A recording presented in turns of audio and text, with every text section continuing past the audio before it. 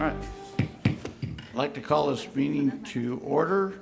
Dr. Penland, could you lead us in the Pledge of Allegiance?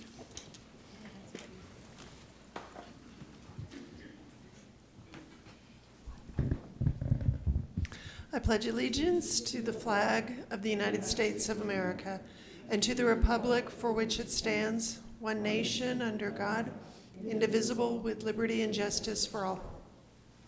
Thank you. I'd like to welcome everyone to this monthly meeting. Pam, we have open forum. Anybody signed up to speak? Mr. Haggerty was going to speak in open forum. Okay, we're doing this in open forum because we just got back this past weekend. But last week, 6 members of the Board of Trustees attended the 2019 Association of Community College Trustees Leadership Congress. ACCT is the leading organization of community college governing boards, representing more than 6,500 elected and appointed trustees who serve more than 1,200 two-year colleges in the United States and beyond. Attending this annual conference helps us learn new ways to make a difference at EPCC.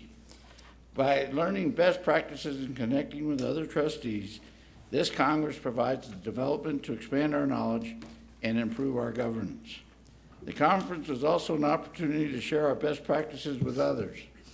Trustees Ms. Belen Robles, Ms. Bonnie Naha, and myself, along with President Serrata and AVP Carrie Moe, presented a workshop titled Engaging Stakeholders on College Change. ACCT also offers opportunities for trustees to serve on its own governing board and committees which make decisions and recommendations that affect more than 1,200 colleges and more than 11 million students annually. I am proud to say that one of our own, Trustee Belen Robles, was elected to serve as the Western Region representative on the National Diversity, Equity, and Inclusion Committee. Congratulations, Belen.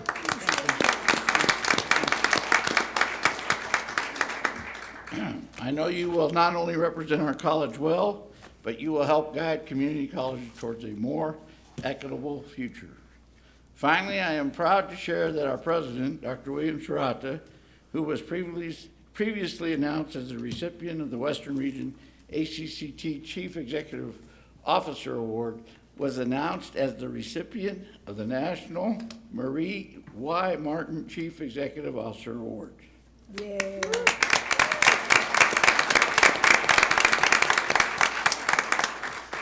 This was competitive, and it recognizes community college CEOs for innovation, service to post-secondary education, and strong leadership.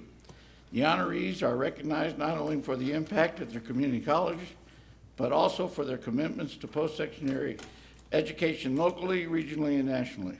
Congratulations, Dr. Serrata. Thank you. You make us proud. Chair Haggerty, if I may, I certainly appreciate and it was my honor, and I was very humbled to receive it on behalf of the institution. So really the institution, the Board of Trustees, this board sets the vision for the institution. The dedication of our faculty and staff execute that vision, and we do it with a reflection of the students that we're privileged to serve in this community. So it was my honor to receive it on behalf of the institution, and it is very much about the institution. So thank you, Chair Haggerty and members of the board. Okay, anyone want to speak in open forum? Yes, I do, sir. Okay, go ahead, Dr. I wanted to share with everyone, and perhaps most of you already know, but in case you don't, that we lost a very dear professor that served the college for a few years, quite a few years, Oscar Calderon. He was a professor, I believe, microbiology or chemistry, and he went to meet the Lord on October 11, 2019. He's survived by his wife of 60 years, Graciela Calderon. May he rest in peace. Okay. I also have something else that I'd like to share with you. Ms. Robles, Ms. Sanchez, and I attended an ALEO, which is the National Association of Latino Elected Officials, a National Policy Institute on Higher Education Governance on September 27th and 28th. and it was an excellent experience. We participated with other board members from throughout the country. What they did is they brought half of the ISD board members together with half of us from the higher education, which was an interesting dynamic because we have so many similarities and so many differences. Day one was National Policy Institute to help us create policies that support the success of Latino students across the education pipeline. Again, we all shared from different perspectives. We learned about the state of Latino students. We're doing very well, and we can get better. They also spoke about the barriers to success, indicators of progress, and focused on the areas of strength and opportunities that we can consider to accelerate the growth in student achievement. They spoke quite a bit about shared governance and collaboration to strengthen the quality of leadership and decision-making at the institutions. It seems like we're a little bit ahead of the game in that area. They share data, trends, and the Aspen Institute predicts that more than 80% of presidents are projected to retire, so boards need to develop strategic plans to cultivate, attract, and retain leaders, as well as be better prepared to lead a transformational change in post-secondary institutions. Needless to say, there was a lot of discussion on that. There was also information shared on higher education policy updates to understand the complexity of federal and state policies as they relate to local mission and goals, economic, political, and demographic forces when we are making decisions. There was a lot of talk about the Pell Grant and other types of funds. There were presenters that addressed the fiduciary responsibility and budgeting to refine skills needed to make policy decisions that best meet the needs of students. Decisions must be data-driven and focused on positive student outcomes and good stewardship of public dollars. This requires that leaders understand what questions need to be asked, what evidence to gather, and how to evaluate for action and policy improvement. So I don't feel so bad about asking so many questions. Dual enrollment programs were discussed, highlighting various dual credit approaches. And again, EPCC, I feel, is, from the information we received, is way ahead of the game in that compared to the other parts of the country. They share approaches and key policy areas aimed at preparing our students to seize opportunities in a changing labor market. In the end, we all came together to share and discuss what we learned during the Institute and what we will implement to support the families and students that we serve. The takeaway message was, apply what you learn when you return. So, and with that said, we have decided that we need board workshops to focus on sharing what we are learning and our own ideas for improvement. So we asked the chair to bring us together, as we will be committing time to getting this done in the very near future. So now, we'll get that taken care of. Okay, anyone else have anything to say to the board before we start with the meeting? Okay, Pam, 1.4.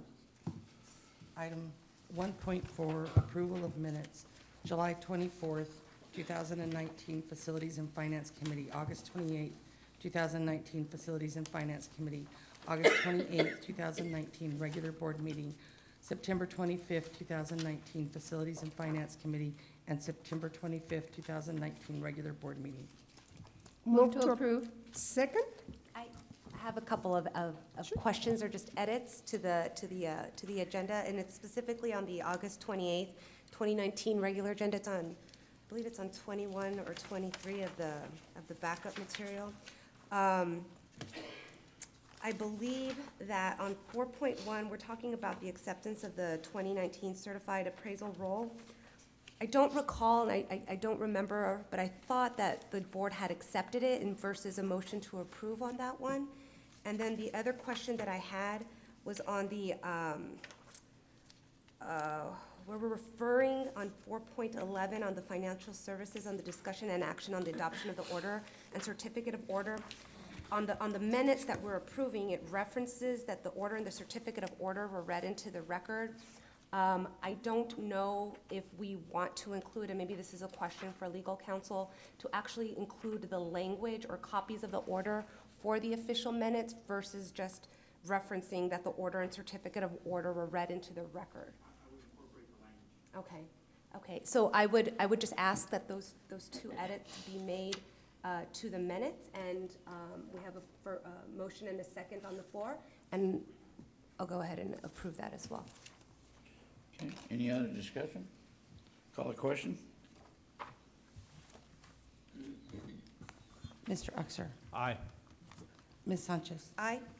Mrs. Robles, Aye. Dr. Graham, Aye. Ms. Nahara, Aye. Ms. Pena, Aye. Mr. Haggerty. Aye.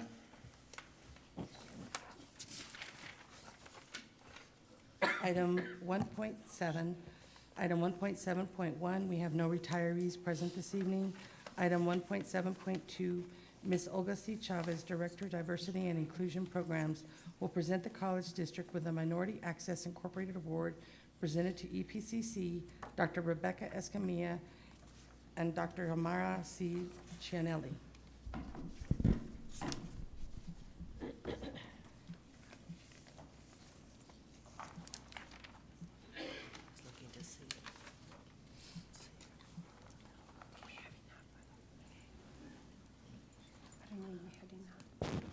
Dr. Serrata, members of the board, fellow colleagues, I guess I'm going to stay in the same rhythm as we started with a lot of jubilation in the awards that we're getting. Congratulations, Dr. Serrata, and for your accomplishments. I wanted to share with you another event that we went to. Was called the Minority Access Incorporated, and this is the second year that we have been involved in it. Just by way of information, the Minority Access is a 501c3 nonprofit organization committed to increasing diversity, decreasing disparities, and reducing incidences of environmental injustices. The mission is to assist colleges and universities and the federal government and agencies of other governments and corporations of all kinds in implementing programs and providing services to recruit, enhance, and retain underserved and underrepresented populations. Could you, the next slide. As part of this, we have been involved, like I said, the second year, the Minority Access National Role Models Conference, which assembles high-achieving innovators, recruiters, researchers, faculty, administrators, students, mentors, alumni, as well as institutions that have been exemplary in producing minority researchers, was initiated in the year 2000 and was immediately a spectacular success. The conferences have served the function of directly linking federal agencies and corporations with institutions that support or desire to support. The linkages have been mutually beneficial. Over 450 colleges, universities, and other institutions have been represented at these conferences. Now in its 20th year, the Minority Access National Role Models Conference is established as one of the most prestigious conferences of its kind. This year, we applied for the EPCC award for an institution, obviously, and role model awards. We were privileged and we were very elated that we not only received the award for the institution in diversity, but we received, both of our role models received the awards.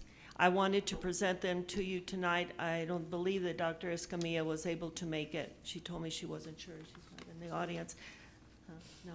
But I do want to mention to you that we're very proud of our faculty, and our faculty member who is here is Dr. Carolina Cianelli, who is, if you were to see their resumes, it's outstanding. We're very proud of them representing El Paso Community College, and now we're very proud that they are part of National Role Models in the Minority Access. So with your assistance, I'd like you to help me recognize Dr. Sinelli, and if we could be so kind as to take a photo with her award and with the award from the college. Dr. Serrata and board.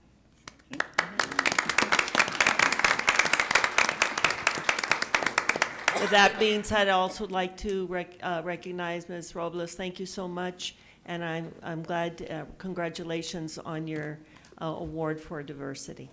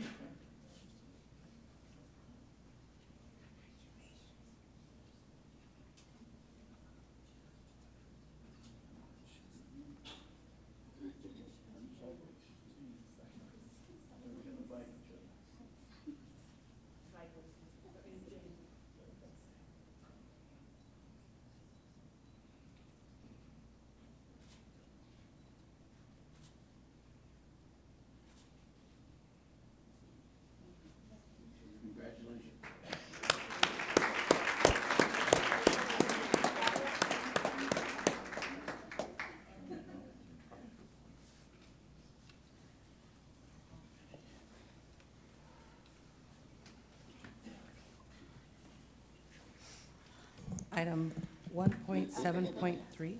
Ms. Robles wants to meet. Ms. Chavez, I want to take this opportunity first to commend you and your staff on the tremendous work that you're doing, but more in particular about the Hispanic Heritage Month celebration program. I was really pleased that you were able to bring to our college Dr. Ellen Ochoa, the former astronaut, who is now a chemist and researcher. She had a fabulous message, and I was very pleased that she was able to make that presentation to the students at Valle Verde and then to us. It was amazing. I think the most important thing was that she brought with her a video of her up in space, and it was just wonderful. It was really impressive, but more important was that she was so down to earth. She was so accessible, and we really thoroughly enjoy it, and we want to thank you and your staff for bringing that caliber of persons to address our students, because like she said, there are no barriers or obstacles you can't overcome unless you place them there yourself. So thank you so much, and I just wanted to Thank you, say Ms. that. Robles. Thank you.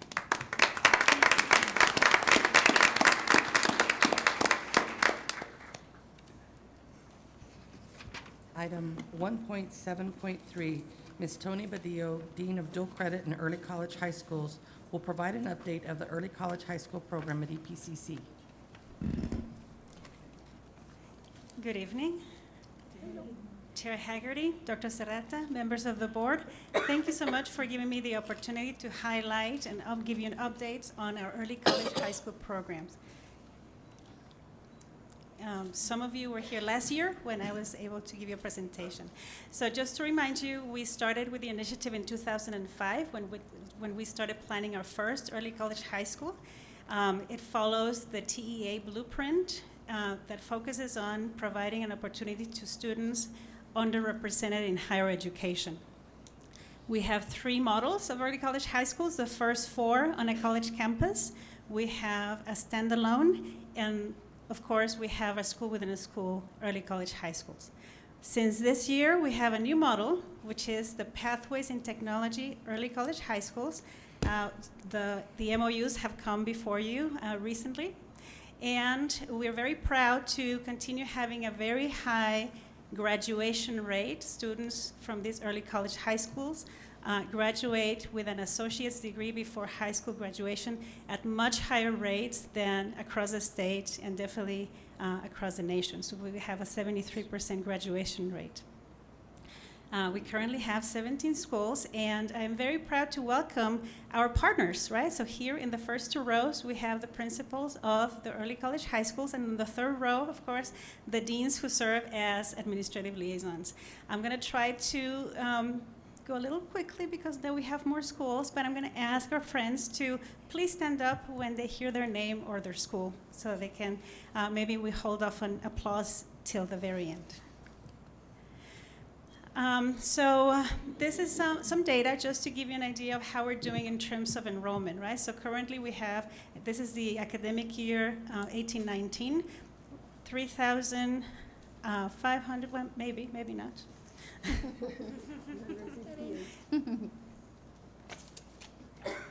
Thank you, James. 3,558 students as of last academic year. We still, of course, this year is in progress. And 38% of our dual credit population is early college high school students. And we have to date 3,398 graduates. And as you can see, this last year we had 540 graduates. And of course, the last number is still in progress. Those are the students who are actually early graduates. They have graduated before their high school cohort, so that number is going to be increasing for the rest of this academic year.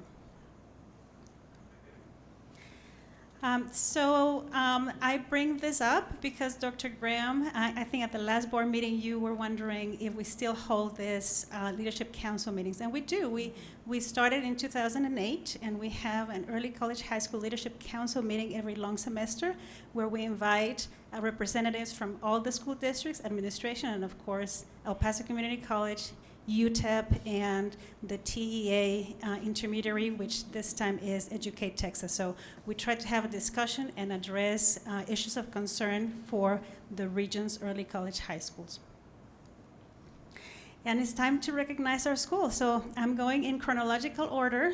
And so, of course, Mission Early College High School, our very first early college high school. Mr. Ortega is here, and of course, Dean Villalobos is the administrative liaison in his 14th year of operation. Can you believe that? 14 years. So we had our early graduates, right? The very first 23 early graduates in 2009. And since we've graduated 1,076 early college high school students with an associate's degree. By the way, they were the recipients of the 2018 National Blue Ribbon School. Our second school, Valle Verde Early College High School, I don't know that Mr. Covey is here yet, but he will be here shortly. Again, in partnership with Isleta Independent School District, Dr. Amaya is the administrative liaison. 13 years of operation, and this year, best high school in El Paso by U.S. News and World Report, the only one in the region, early college, and the recipient of the Blue Ribbon previous year, 2017. We have had 611 graduates from Valle Verde Early College High School. Northwest Early College High School, in partnership with Canutillo ISD, and Ms. Jessica Arayanos here. Dr. Tena is the administrative liaison, and we've had 400 early college high school graduates to date, and they are the second early college who was awarded the National Blue Ribbon in 2018. Trans Mountain Early College High School, our fourth school, in partnership with EPISD, on its 12th year of operation, and we have Ms. Barbara Brinkley Lopez, who is the principal, and by the way, she is the outstanding principal of the year for Region 19. Congratulations. Congratulations. And Dean Webb is the administrative liaison for the school. They were also awarded National Blue Ribbon in 2014, and I'm sure they will be applying soon for that award again. 630 graduates, but really is the school that has graduated the most students with an Associate of Science, 472 to date. Cotton Valley Early College High School, with Favens ISD. Mr. Prado is the principal, but we have here Ms. Tamika Young, who is the Dean of Students at the high school, and of course, Dean Villalobos is the administrative liaison. We've had 218 graduates since its inception. Clint ISD, Early College Academy, in partnership with Clint ISD. We have Mr. Martinez here, and of course, Dr. Carlos Amaya is the administrative liaison. And we've had 309 graduates from this early college. Burgess Early College High School is our first school within a school in partnership with EPISD. Mr. Smith is the principal, and Ms. Adriana Herrera is the assistant principal here with us, and who is the administrator for the high school. Dean Primusich is the administrative liaison, and we've had so far 123 graduates from Burgess. Socorro Early College High School is the first school within a school within the Socorro district, and Mr. Tovar is the principal, Ms. Duncan is the assistant principal, and Dean Rodarte is the administrative liaison. We've graduated 50 students so far with that school. And so these are all the schools that are on time to graduate students, right? They have had enough cohorts to actually graduate students. And now we have Rams Early College High School. Mr. Hairston is here, who is the director, and Dean Rodarte is the administrative liaison. So they're still in their 4th year operation, but they already have 24 early graduates. And so they're already ahead of the game. Congratulations to REC students. Parkland Early College High School, in partnership with YSD, we have Mr. Alarcon here, who is the assistant principal in charge, and Dean Evler is the administrative liaison. So this is one of those 3 schools that we opened 3 years ago, Parkland being one of them. Trailblazers Early College High School is also in partnership with Socorro ISD. We have Principal Cuevas here today, and the administrative liaison is Mr. Villalobos, also in his 3rd year of operations. Isleta High School Early College Academy is in partnership with Isleta ISD. I don't know if Mr. Hash is here yet, and I have the pleasure of serving as their administrative liaison. Also 3rd year of operation. And then we have our new schools, the ones that we opened this last year, right? Empire Early College, we have Mr. Fernandez here, who is a director, and the administrative liaison is Dr. Pego. Falcon Early College, we have Mr. Gomez here, who is the director, and administrative liaison is Dr. Amaya. Pebble Hills Early College, we have Mr. Herrera here today, and Dean Primusich is the administrative liaison. So I think several of us were there when we had that opening for the 3 schools, right, with the Socorro district.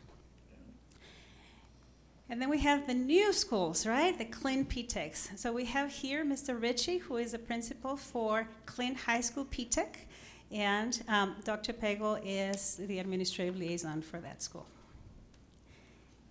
And last but not least, we have here Mr. G, who is the assistant principal in charge of the Career Center at Riverside PTEC, and Dr. Pego, the administrative liaison. So thank you so much, all of you, for being such great partners and for assisting us in providing this great opportunity for our students. I really am not doing that.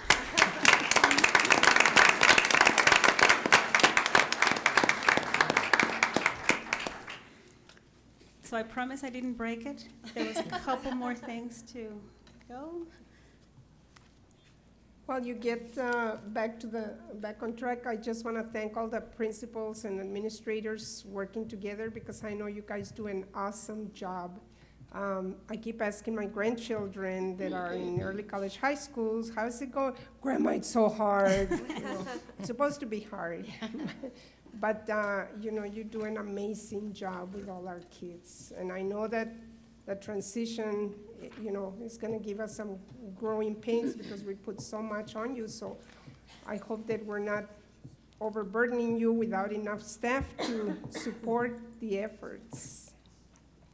But it's amazing to hear the data that is being shared by Dr. Serrata at different presentations. It's Yeah. very impressive. So this is definitely team effort, right? The whole institution is really supporting this effort. I just happen to be the person doing the presentation, but it's really, I'll show you in a couple of slides. So what's next? We're in the planning year for J.M. Hanks Early College High School and Tornillo Early College High School and Fabens P-Tech, hopefully opening fall 2020. And again, there's a lot of people who work behind the scenes. My office staff, Mr. Gonzalez and his staff, and all the EPCC counselors who support the early colleges. They are working with the students directly, working with our partners directly, and definitely doing a fantastic job that really is evidenced by having so many graduates coming and shaking your hands in May and in December. And I think we're moving away from the idea that that early college high schools were only for those very, very high-performing students, that we were cherry-picking, and I think that we are able to demonstrate that that's not the case. We've got challenges, but we're meeting the administrators are working hard to meet those challenges. Absolutely, and following Getting the the TA results. blueprint that actually focuses on that target population. So while you say that it's all the team, if something falls off the track, we come back at you. What happened? That's right. So thank you for the work that you do. Thank It's you so much, amazing. Dr. Graham. And if you don't mind, I think Fernie was going to take a quick picture, if he's still here. If I I'm ask- sorry. I also Oh, want you to have a say question? Yes, Yes, well, actually please. a comment. Yes. I also want to tell everyone that I was, I was very proud back then of this wonderful program, and it's even better now. I just want to share with you that my daughter was one of the first and the first generation of the early college, and it is amazing. It's an amazing program. That's And I am glad that every high school and every student is getting the same opportunity. So it's a wonderful program. Thank you for sharing that. Thank you all. And thank you to the principals.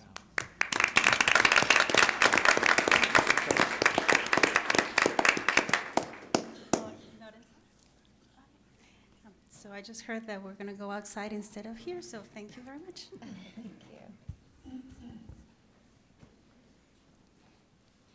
Thank you for Thank taking you. time to be Thank you here. all. We appreciate it.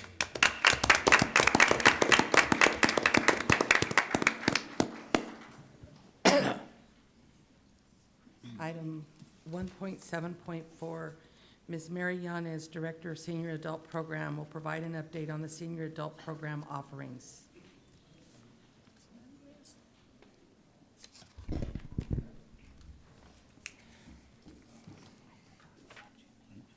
Good evening.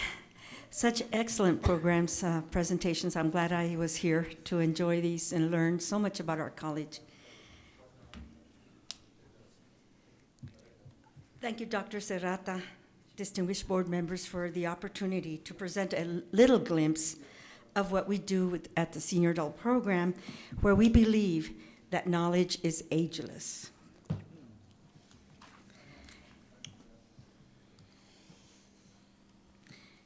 We visited our vision and mission statements in 2017 at our charrette-style strategic planning session, where 60 participants comprised of faculty, staff, students, and community partners provided input for future goals of our program.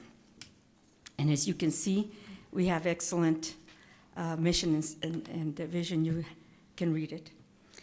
For 38 years, our community service program has served thousands of older folks through our educational classes, our community networking, activities and events, through grants, volunteer opportunities, and through the Mature Living Show. And by the way, I have been with the seniors program about 30 years, and I've been with the institution 46 years. And I'm glad we're celebrating our 50th too this year. And I'm still here. We have 3 initiatives. And it's important to have initiatives because it guides our direction. And what we want for our seniors, we want them to be healthy. One must maintain good participation in our healthy living classes, such as Tai Chi, yoga, exercise, and more. Texas Tech is a new partner who will join us soon to offer nutrition classes. And we want our seniors to be connected. This means having a good support system and being involved to reduce isolation. We want them to be informed. Our services through our partners, special events, EPCC TV, and Mature Living Show keeps them informed about services in the community because we want them to access them. There's an estimated in the El Paso County, there are close to 134,000 seniors aged 55 years and older. We are only touching the surface. And we work very closely with our partners so that we can do more outreach and help our seniors be healthy and productive citizens. Over 5 years, our program has served an estimated 21,000 older adults through our classes and community events. Through collaborations and with other elder-serving partners, we work together to educate our elders. We offer 46 non-credit tuition-free personal enrichment classes and 67 sections each semester. Our instructors are credentialed in their area of expertise. Some instructors have taught with our program for over 35 years. We hold classes at senior centers, recreation centers, senior living communities, and at our college campuses. The demand for our classes is very high. We average an enrollment of 900 students per semester, and we have students waiting to get into some of the more popular classes.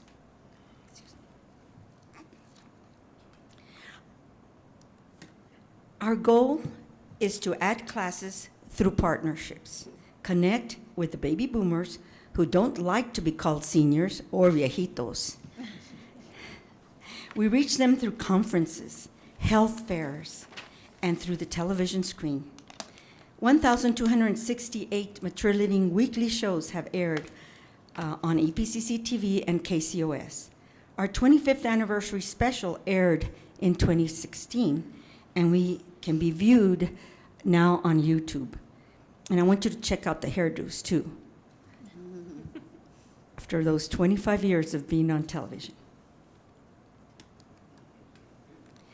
It is important to have marketing and outreach strategies, and it involves getting out into the community. I like to say that we're in the face of the community, always. Leveraging services through collaboration, promoting a positive view of older people, and changing the old and frail mindset. We have maintained 28 years of consistent weekly television shows that promote our college programs and inform seniors about community services. We take our students from the classroom to the community to engage with their peers.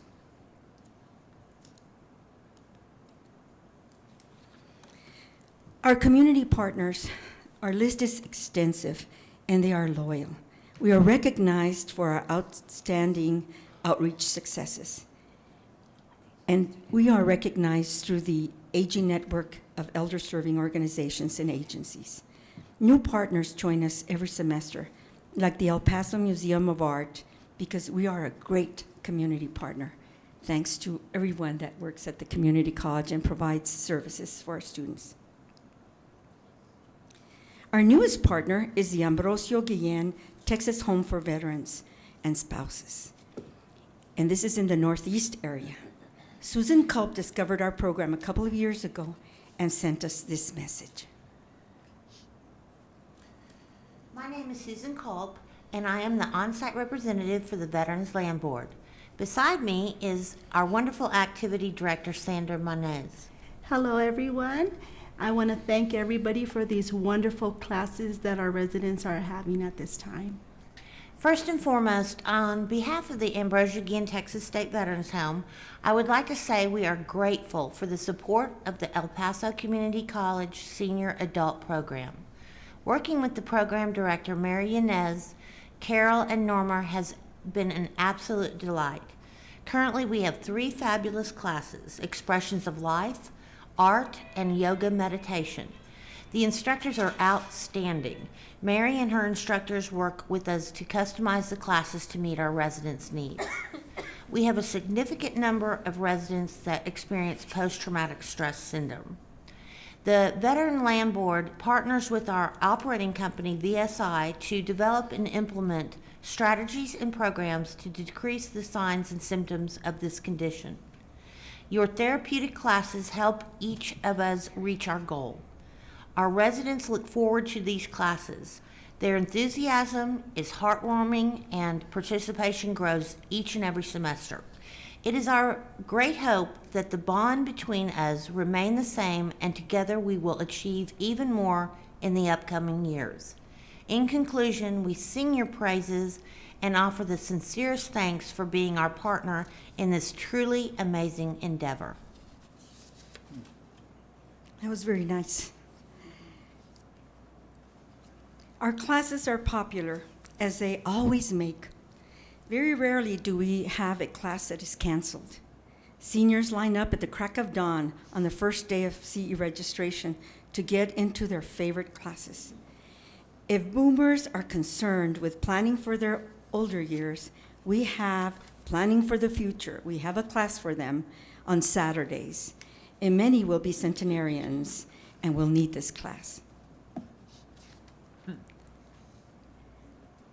Technology has created a huge interest with our senior population, so we have been offering a variety of classes and seminars as well.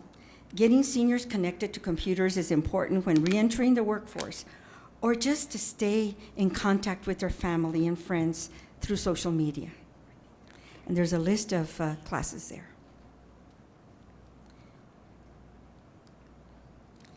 Seniors love to celebrate, and so do we. A talent competition on Grandparents' Day drew 400 people, and I know that our Love Conference is Dr. Serrata's favorite event for Valentine's Day, which draws 600 seniors and over 40 elder-serving agencies who attend. And I know he giggles every time I say Love Conference. I don't know why. So we have saved a date right now for our seniors' Navidad on the border in December. We celebrate Christmas, the Mexican traditions of Christmas, of Navidad. We celebrate the American Christmas traditions. And then we also celebrate, of course, Santa Claus and the Nativity. Our 5 EPCC-sponsored events offer seniors great opportunities to volunteer, and they're very active in our events.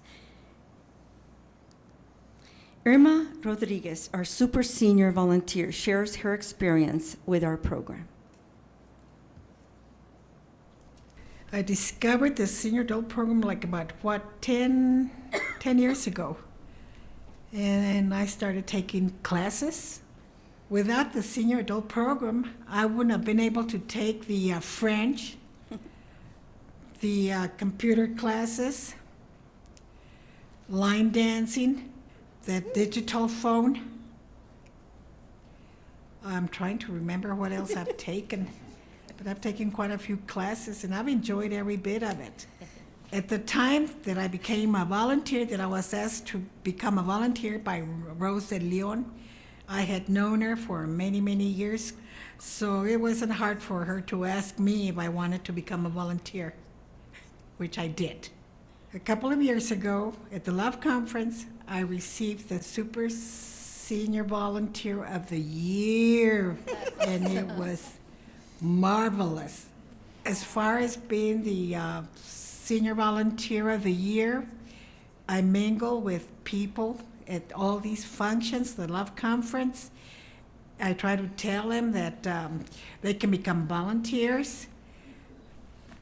They can enjoy a lot of events, a lot of things that go on at the senior adult program.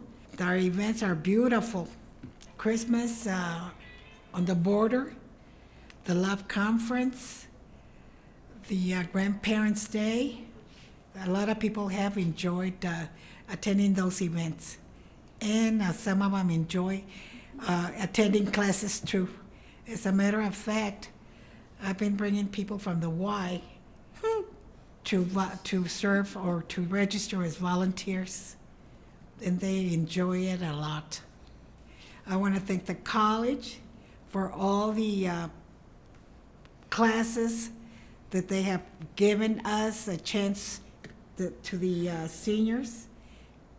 And also, I want to thank the Senior Adult Program, Mrs. Yanez, Norma, Araceli, and Carol, for giving me the chance to participate as a volunteer whenever they need me. Age doesn't matter. You're young, you're old, like me. I turned 83 August the 24th. And people ask me, but you don't look your age. I says, well, I don't look my age, but I do exercise. And like I said, I do volunteer at the community college with all the events that they have. So, no, I'm not going to grow old by volunteering at the community college. I just love them. They really talk from their heart, don't they? So we have plenty of events. Seniors are unstoppable, really, actually. There's so much energy, and they have such love for each other, for this community. From the classroom to the community, through art, the Grand Gallery of Senior Art, exhibitions, musical celebrations, holiday and Grandparents' Day events. It's really a blast, and they love what we do through the Senior Adult Program, and thanks to the college that they allow me to do whatever I want to do, and just to keep our seniors happy and active. Thanks to our students, our hardworking staff, Carol Attell, Norma Curiel, Araceli Apodaca, and our dedicated faculty. And of course, you all are always welcome to join us at our events. So here we go again. What's next? We're going to apply for health and wellness grants so that we can continue to keep our seniors healthy. We're going to assist our seniors to stay active, continue learning, and remain connected to service providers. Develop a workforce training program for seniors who want to reenter the workforce and find meaningful jobs after retirement. And help seniors find their way through the golden years. If everything goes as expected, we will all be all right. And I want to leave you with one last important thought. Seniors, vote. Thank you so much. And if you have any questions.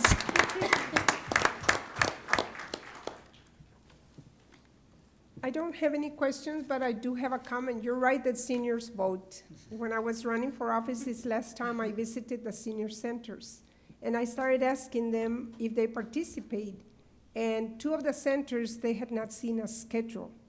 They didn't know what classes we had, what we offered. So what are we doing to get the information to these senior centers so that it filters down to the seniors and they actually can have a schedule of classes? Because I've seen the schedules. They're just not getting to the senior centers that I visited. Yeah, and thank you for that information. What we do is our classes are in their activity schedule. All of our classes are included at all the senior centers and rec centers that have their activities, and our classes are listed there. But also, we try to take class schedules and mini schedules as you received as well in your packets. And we try to drop them off as often as we can, but I think they take them home because they want their grandkids to go to the children's college, or they give them to their adult children, and that's perfectly fine. So if we need to deliver more, I'll talk to Martha. Where's Martha? Martha, you have a new delivery schedule now. We're going to have to intensify. Thank you for that information. Well, I was with Belen Robles and Queta Fierro, and I'm telling you, these ladies walk in there and everybody knows them by first name. And that's what they said, that they had not seen a schedule. Now, if it is embedded in their activities, then it needs to be that they get credit to the community college if we're delivering the classes, because when you try and run for office and you're telling them, vote for me because of all the benefits they receive from the college or whatever and all that, and they say, college doesn't do anything for us, that's not good. Thank you. You're welcome. And is there any way you can share a schedule with us whenever you do have activities? Like, I would have loved to go to the grandparents one, anything like that. We I think sure will. Several of us would love to be there. We'll send it to Pam, and she'll Okay. take care of it. Thank you, Pam, for that help. Yes, ma'am. Thank you so much. Thank you.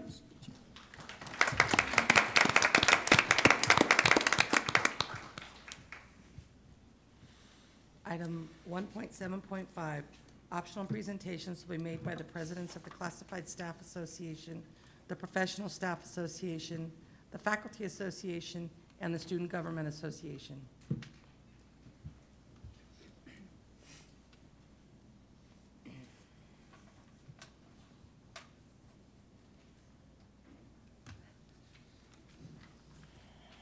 Good evening, Chair Haggerty, board members, President Serrata, staff and guests.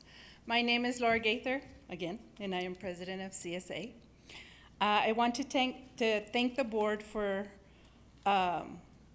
taking our request to make shooter training mandatory, also Dr. Serrata and the administration. We have a few things going on before our fall semester is over. We will be having a turkey drive in the month of November. The donation can be monetary or a frozen turkey. Our deadline will be November 22nd by 10 o'clock throughout the district. We will have posters throughout the district with detailed information on who to contact at each campus. We will be delivering these turkeys on November 22nd to 3 different organizations throughout our community as we do each year. We will also be having a Christmas dance December 7th at the El Paso Municipal Police Officers Association Lanahan Hall at 3601 Ruther Glen from 8 to 12 a.m. We hope everyone will try and join us. Thank you for your time. Thank you.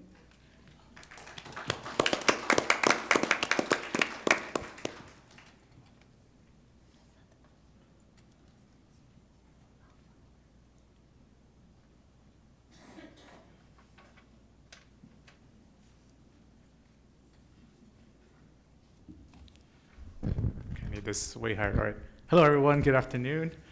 Before I go ahead and start with I think I would like to congratulate President Serrata with his award. I know that adds one to the multiple awards that you have received. I think it's like every single other week I see like, President Serrata receives this award, and I'm just like, whoa, that is, That's awesome. you're too good. You're too good, and we appreciate it, though. So good afternoon, board members and President Serrata. My name is Alex Rodriguez. I am the Student Government Association president, just here with my friendly report.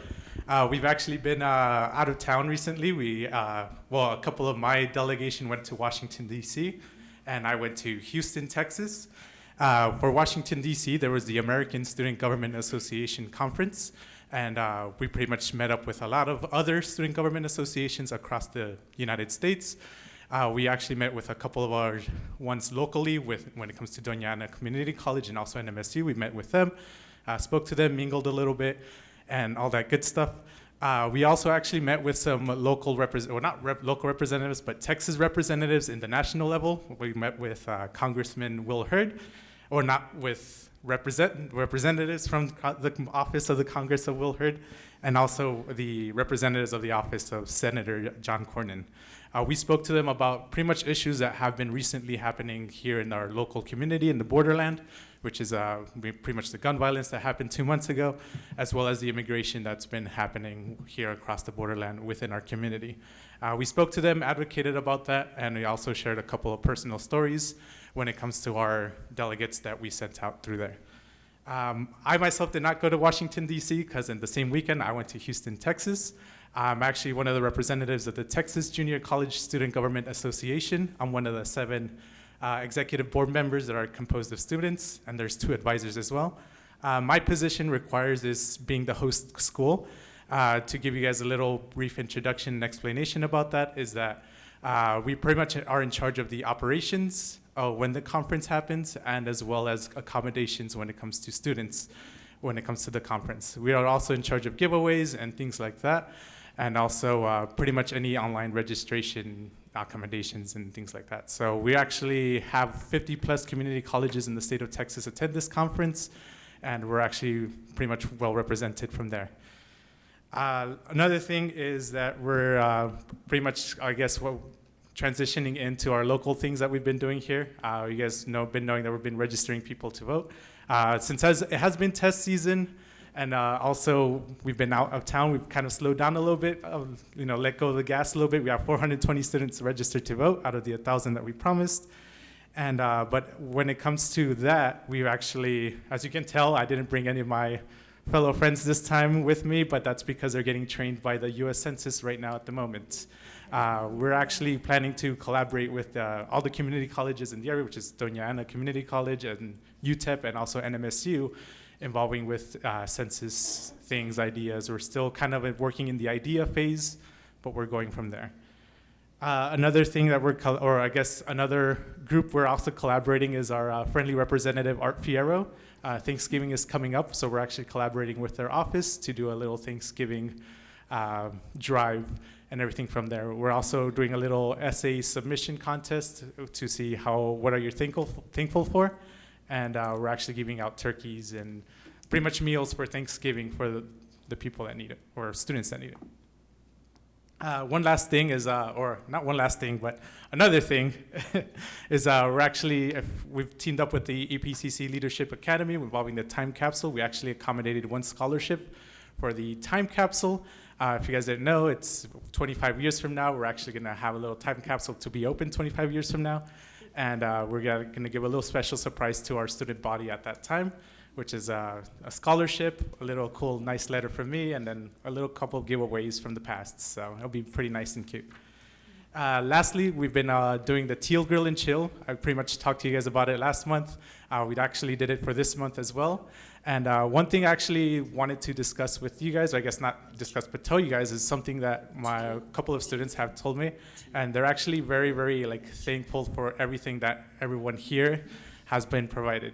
One thing that actually I've noticed a lot, and I kind of didn't even think about it, I guess kind of left it behind my mind, is actually, for example, the printing in the computer labs. A lot of people are super thankful about that, and I kind of wanted to spread the word of thank you guys, keep up the good work. You guys are awesome. You guys are super amazing. A lot of times we kind of get stuck on we need to improve this, we need to improve that, but we don't focus on what we have done great. So I wanted to just extend that to all of y'all, saying thank you so much. You guys have been amazing to us. And lastly, I just want to go ahead and invite you guys to the Fall Festival we're having on Halloween, which is exactly a week from now, on Thursday the 31st, from 6 to 10 p.m. It's nothing like the Love Conference, but I mean, hopefully we'll try to shoot for being Dr. Serrata's second favoriteest event. We'll try to aim for that. But it's a great opportunity to pretty much bring your kids as a safe alternative to actually get candies and trick or treat and things like that within our college community. It's going to be at the Valle Verde campus. I'll invite you guys to come on in and everything, see how the student life is here at the college. We actually have, I think, almost all of our clubs participating in it. I think it's 49 clubs are participating. And you guys should come check it out. It'll be super awesome. Thank you. President Rodriguez, it's my children's favorite. So, okay, right. I'll take that trade. Sir, in my report that I gave at the beginning on the open forum, I neglected to mention that NALEO conference has a huge number of items and materials available for the census in both English and Spanish. And they're also looking for new ideas. So if your group wants to access that, just go on NALEO. Mm-hmm. And also, if you want some ideas or have some ideas and you might not have the funding, if you let them know, they also said that they could help with that. Yeah. Of course. Yeah, and I just wanted to commend you all for doing that as well. As Dr. Graham said, I mean, at least for me, I feel there's a sense of urgency in terms of really informing the public and changing the narrative in terms of how important it is to participate in the census and what that means and how every member of the household needs to participate. NALEO had great ideas, great toolkits, great resources. But single-handedly, the important thing is to ensure that there's a consistent message that is spread to our community, especially here in El Paso County, and especially with the young people and the families that are here, to ensure that they are counted. And so thank you so much for taking up that mantle. And from what I wanted to convey as a board member, and at least here as an elected official here in El Paso, is how important and imperative it is that those efforts are made. So thank you very much for doing that. Thank you. One of the suggestions we made was that they develop some kind of little color books that they can send to the schools, because talking about the census, because that way the kiddos take it home and talk to the parents about it, and we will have some direction on there as to how important it is.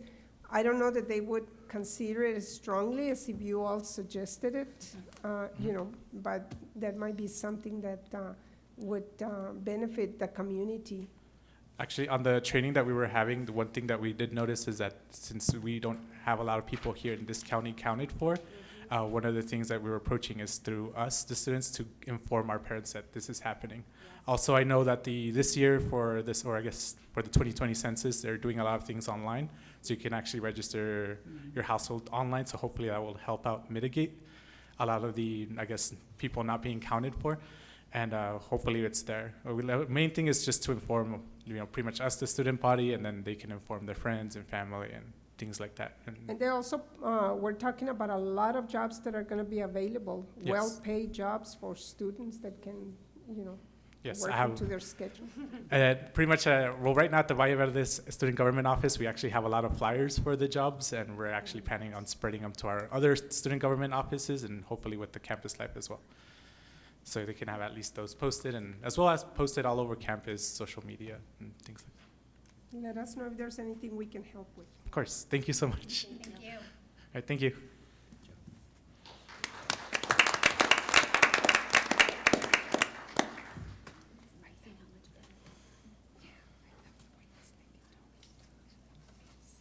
Good evening. Hello. It is always an honor to address the board. Tonight I wanted to go ahead and provide updates on 2 items that we had previously presented on, and that is our family-friendly spaces efforts and our mental health committee. So in our family-friendly spaces, we did hear an update before the Senate earlier this week, and apparently in collaboration with the Leadership Academy, there has been a proposal to bring nursing pods onto EPCC campuses. And we would like to very, very vocally express our support of that particular proposal and how much we would like to see that in place. We understand that there's a cost involved, so buying like 8 of them is probably more ideal. But if we could bring even 1 to each campus, we really think it would begin to continue to build a community that welcomes in all students at every stage of their life and provide very private and secure places for parents to be able to engage very young children. So we look forward to continuing to see that committee's work, and we continue to promote it with you.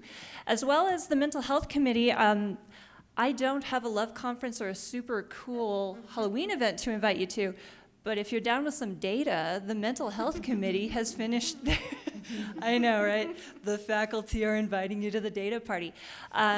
We have completed our survey of the student body. It is entitled the Student Mental Health Survey, actually. And I understand that the committee is reaching out to leadership specifically to present, but I would like to invite cabinet, the board, as well as leadership to come to the Senate meeting where that presentation will be made.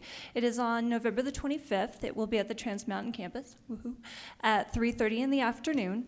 And we're hoping to get from that an idea of touch points for the student body and specific areas that we could continue to build support systems for students who are facing challenges related to mental health. So we'd like to invite you to that. Thank you so much for your time and wish you a very good evening. Thank you.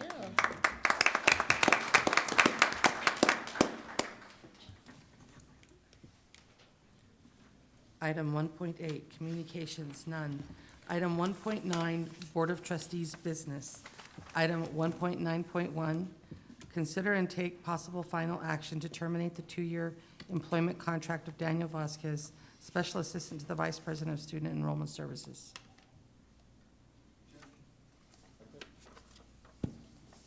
Judge, I would respectfully recommend that the board take on item 1.9.1, 1.9.2, 1.9.3, and 1.9.5 after executive session. So I would respectfully ask for a motion to table after executive session. I hear a motion. So move. Hear a second. Second? Any discussion? Call a question. Mr. Uxer? Aye. Ms. Sanchez? Aye. Mrs. Robles? Aye. Dr. Graham? Aye. Ms. Nájera? Aye. Ms. Pina? Aye. Mr. Haggerty? Aye.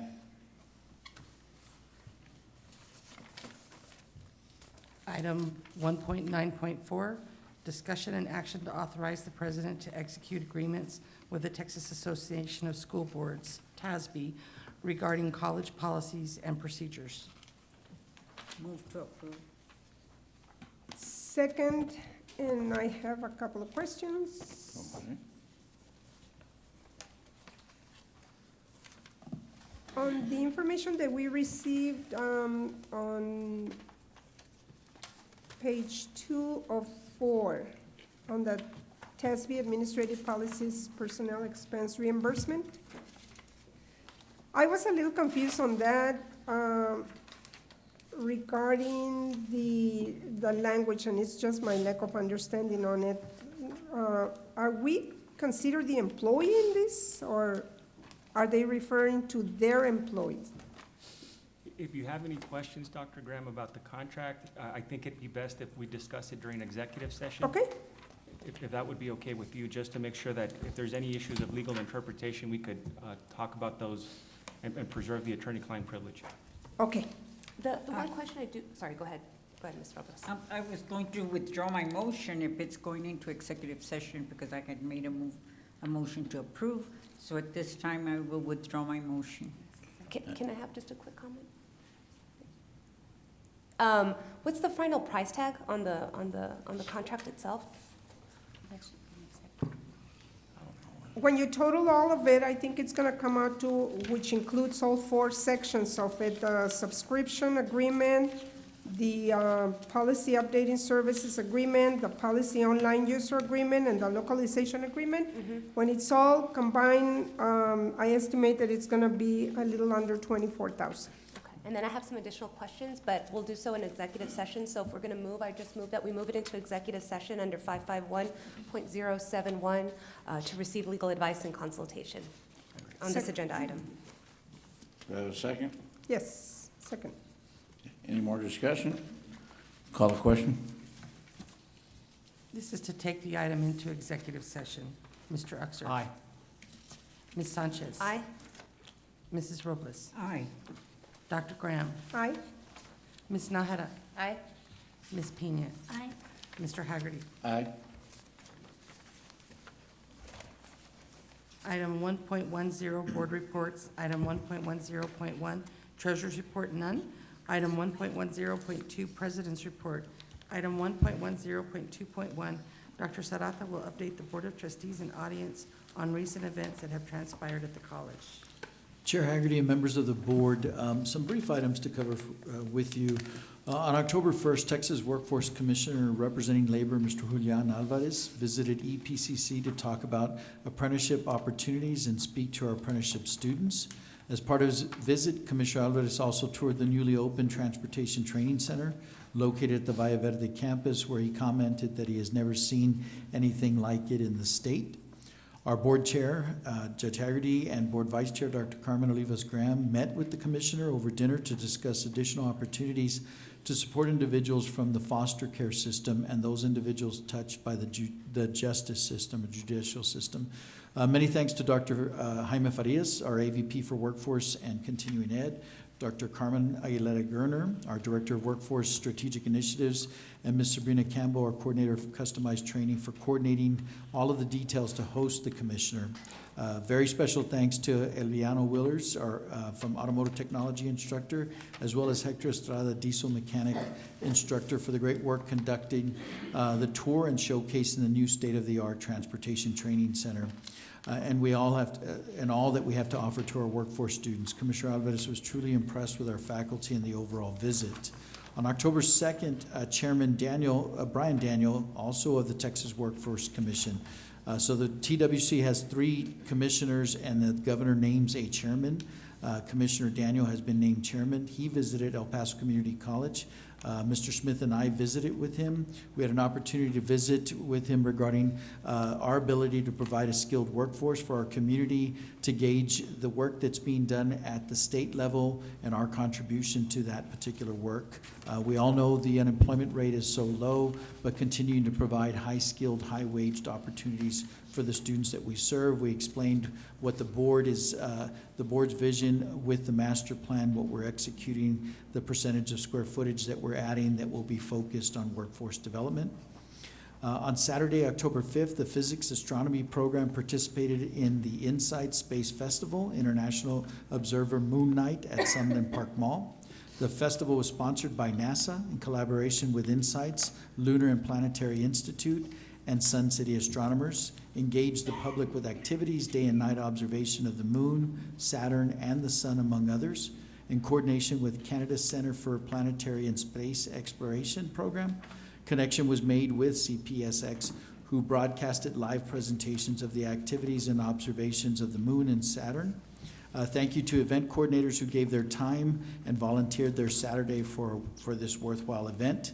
Your work is much appreciated. Mr. Blaine Primovic, Dean of Communication and Performing Arts, Physics Astronomy faculty, Dr. De La O. Fernandez, and Mr. Eric Valdez, as well as Mr. John Olguin and English faculty, Mr. Anthony Nelson, for coordinating that event. On October 16th, EPCC hosted the second Earth Science Day, understanding the impact of geosciences in the El Paso region at the Trans Mountain campus.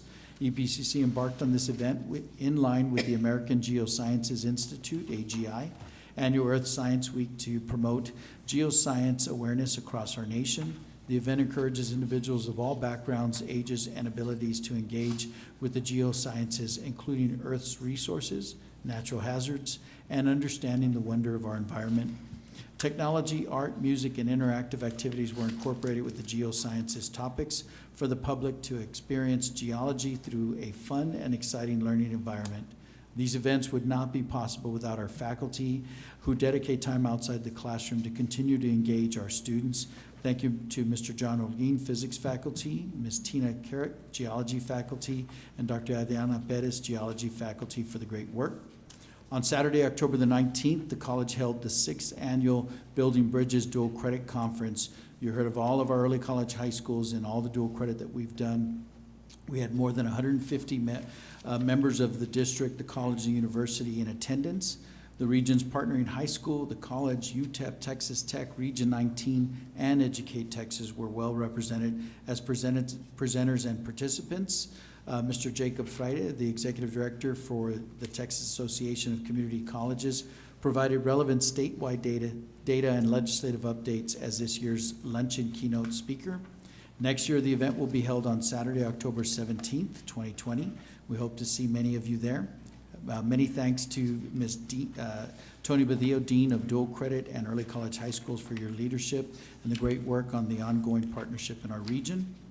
The college is proud to sponsor the Chopin Music Festival for the 25th year. The festival brings in world-renowned artists year after year. According to the Chopin Music Festival website, the festival's founder and artistic director, Dr. Lucy Scarborough, established the festival to showcase Chopin's influence on music. Frederick Chopin was one of the great world ambassadors, Dr. Scarborough has said. His music is truly a universal language of beauty that knows no barriers of nation or culture. This year's concerts have featured Josh Wright and Mei Tung Sun. Saturday's concert features our own Dr. Lucy Scarborough.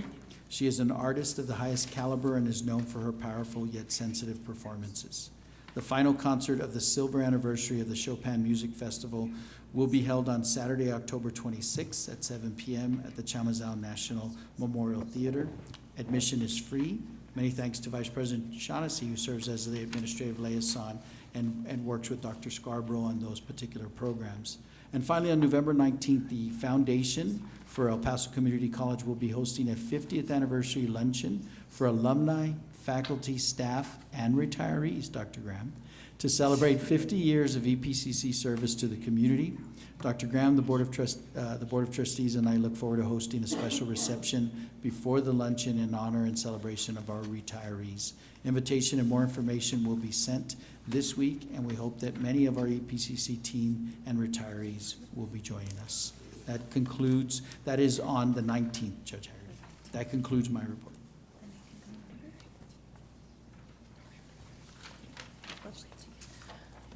Item 1.11, consent docket. This includes item 3.2.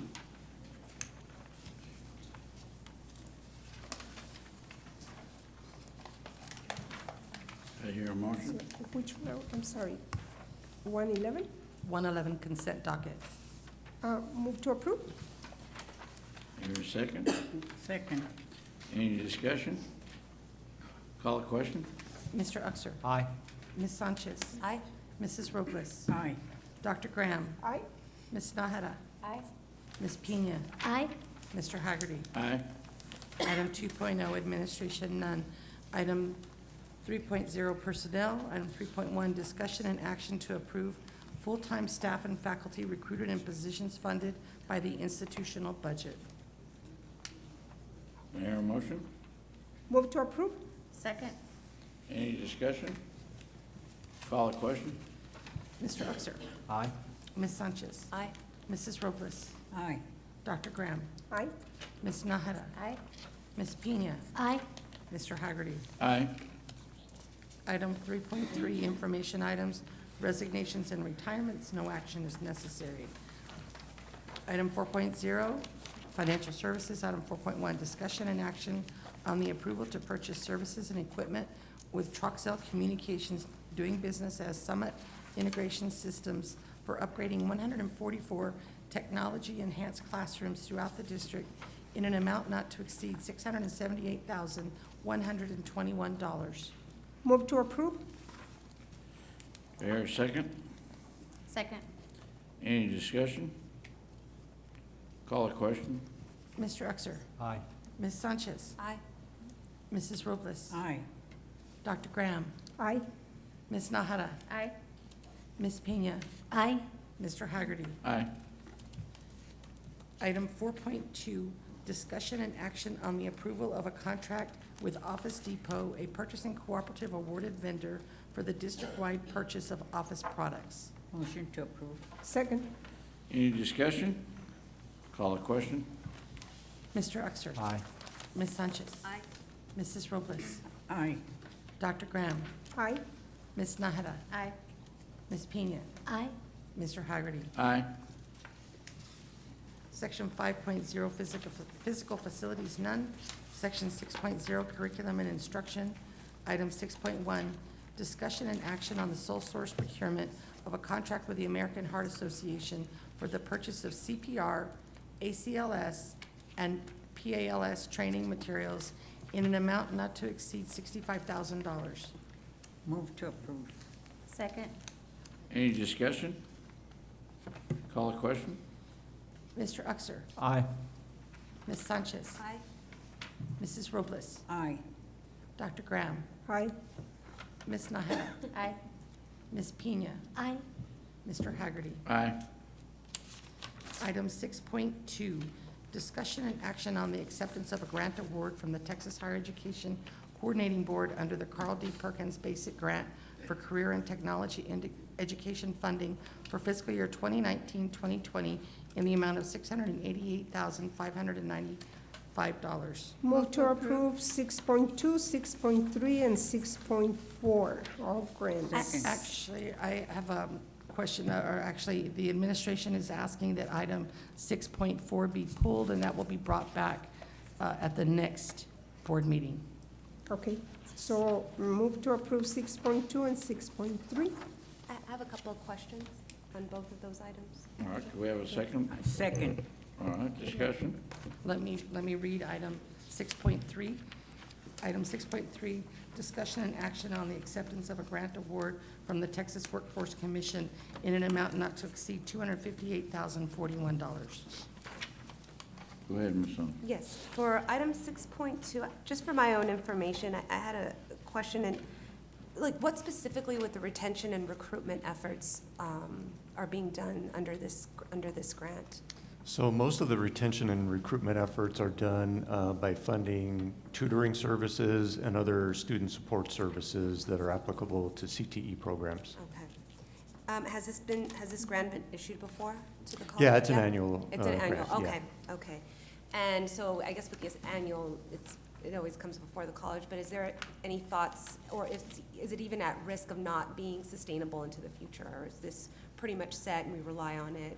Yeah, periodically, the federal government renews the Carl Perkins Funding Act. The monies, I don't want to quote Sure. which funding year we're in, Sure. but there's probably little danger that it will go away. Okay. It morphs over time to address different student populations. Okay. I suppose technically there's always that chance that Right, it's or someday. decrease, right? Yeah. Sometimes a decrease with year. Right. Okay, thank you. Is this the highest amount we can get for childcare under that grant? Since they're always asking for more money. That's a complicated question. So several of us get together that are involved in Carl Perkins allocations. And each year we look at the needs for not only personnel, such as some of the counseling and tutoring services that I was describing earlier, but also equipment needs for CTE programs, as well as childcare. And Because so the again, at the allocation changes. conferences that we've attended, that's been a major point of discussion, that's a need that our students have. And we always need to be conscious of that, because somehow we're gonna have to bite the bullet and do something about childcare. Thank you, Dr. Graham. We consider it very carefully and weigh it with the other needs of the programs as well. I know Mr. Haggerty's always telling me we're not in that childcare business, but we really are. Any other discussion? On 6.2, no. I have a couple of questions on 6.3. You already read it in. Right? Yes, ma'am. For 6.3, how does this training work?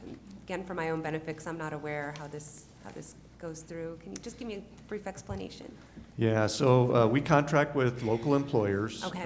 to provide training to either incumbent workers or new workers to enhance their skills in the various programs that are listed in there.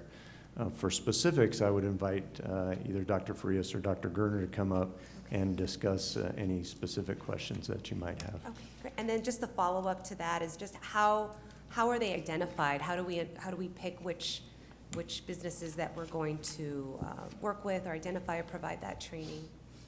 Again, I'll ask Okay. Dr. Frias to come Thank up you. and share. While he's walking up, I'll share that we solicit new companies all the time, and I think in last month's presentation, Yes. you saw some of the future plans Yes, sir. that they have for reaching out to new employers. Thank you. Hi. Hi, good afternoon. I'm Jaime Farias. Nice to meet you. And I'm the Associate Vice President for Workforce and Continuing Education.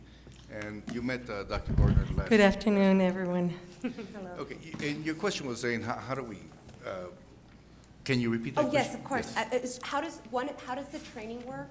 And then more specifically as well as how do we identify which businesses that we're going to provide the training to? Is there an application process?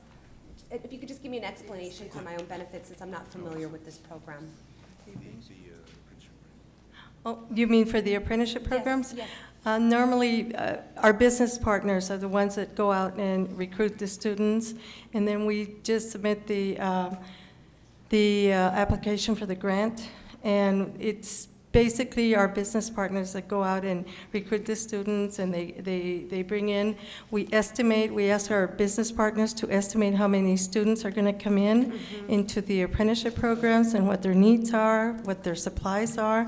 And after we gather all that information, then we put the grant together and we submit it to the TWC, and then they come back and they award us the grant according to the estimates of the number of apprentices that are coming in for that year. And so how do we pick our business partners? Are these businesses that we've just had a longstanding relationship with, or we outreach to certain businesses?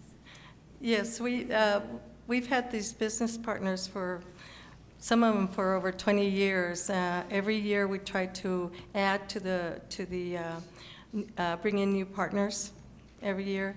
But mainly, they're the business partners that we already have, so we just kind of increase the number of apprentices or the number of partners. And this year, we've gotten a few more business partners, I think from the presentation last time that we had you. You demonstrated the number on that. Thank you so much for that feedback. I appreciate it. You're welcome. Thank you. We also Thank you. received information at the conference that we just went to regarding the funding that's coming or already approved for incarcerated or the people that have been released and, you know, to set up programs for them, either while they're detained or after they are released. Because now the data is showing that if they come back with no skills, they end up, the recidivism rate is very high. So that's a population that we can go after as well. Very good. We are trying to do that at this moment. Thank you. Any other questions? Call the question? Mr. Uxer. Aye. Ms. Sanchez. Aye. Mrs. Robles. Aye. Dr. Graham. Aye. Ms. Nájera. Aye. Ms. Pina. Aye. Mr. Haggerty. Aye. Item 6.5, discussion and action on the approval of the Clint High School P-TECH interlocal agreement. Move to approve? Second? Any discussion? Call the question?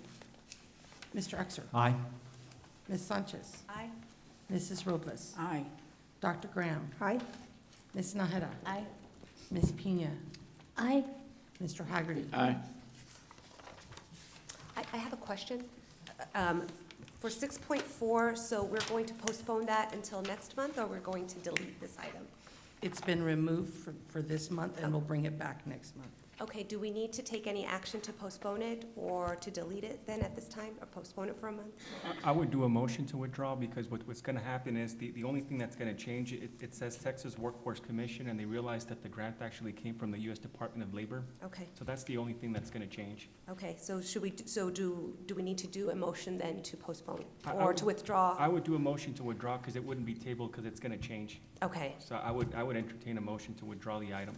okay, that would be my motion to withdraw item 6.4. Second? Any discussion? Call the question? Mr. Uxer. Aye. Ms. Sanchez. Aye. Mrs. Robles. Aye. Dr. Graham. Aye. Ms. Nájera. Aye. Ms. Pina. Aye. Mr. Haggerty. Aye.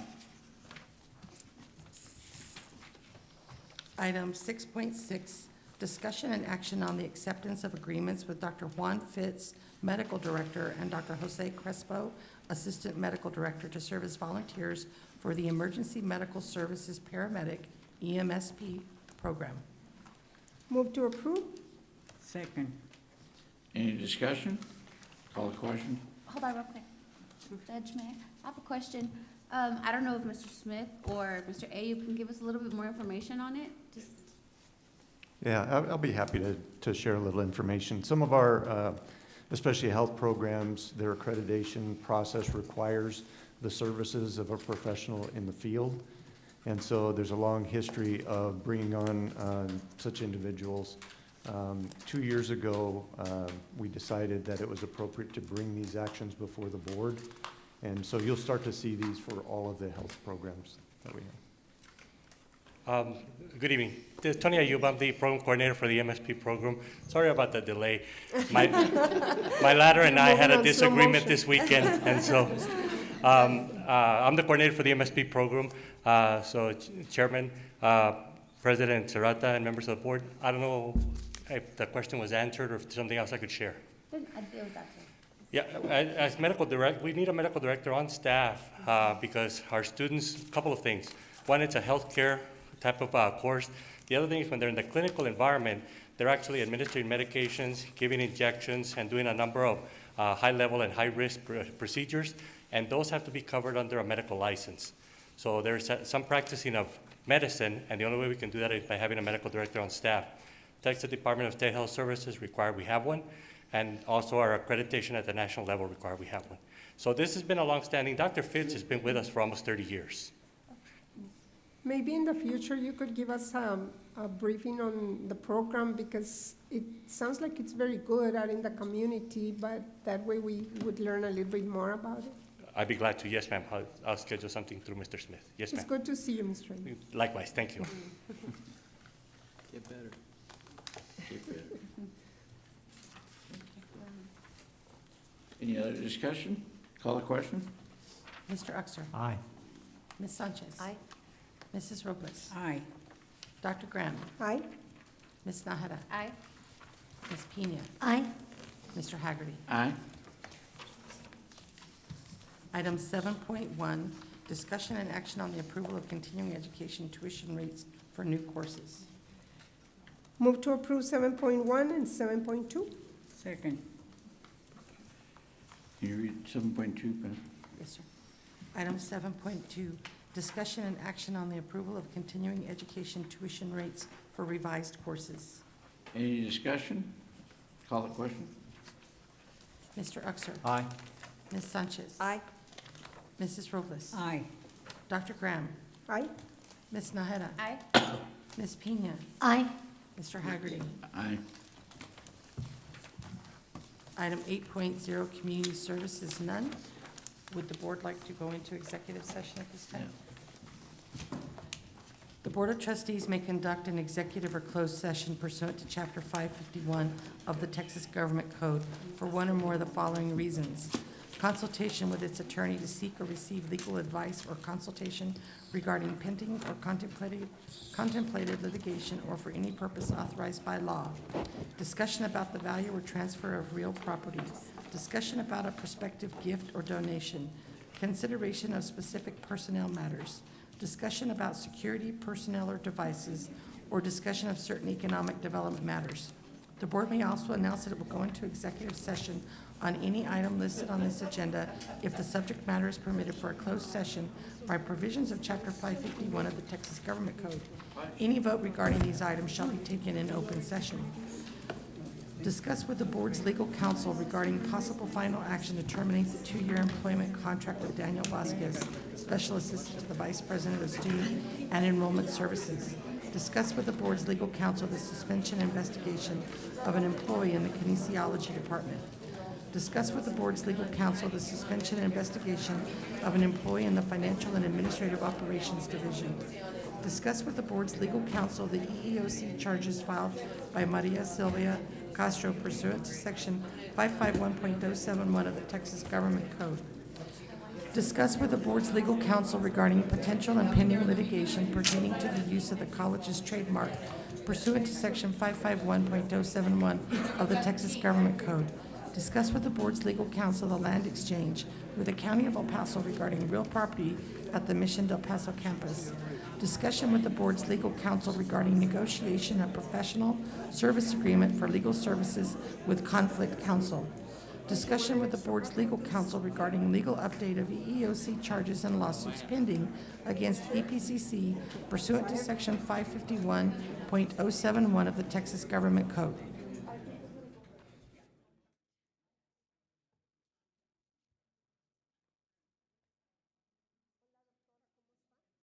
All right, you ready, Pam? We're back from executive session, and we have a few issues to still discuss. I believe it's 1.9, what is it, 19? What was that one that we, Each, and then I'll make the motion after each. 1.91? Can you read No. 1.91?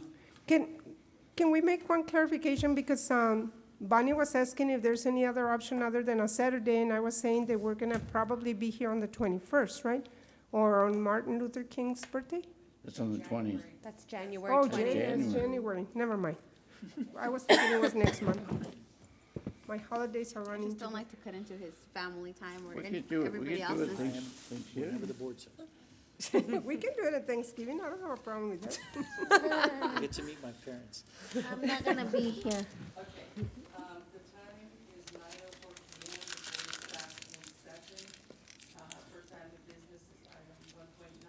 Trustee business.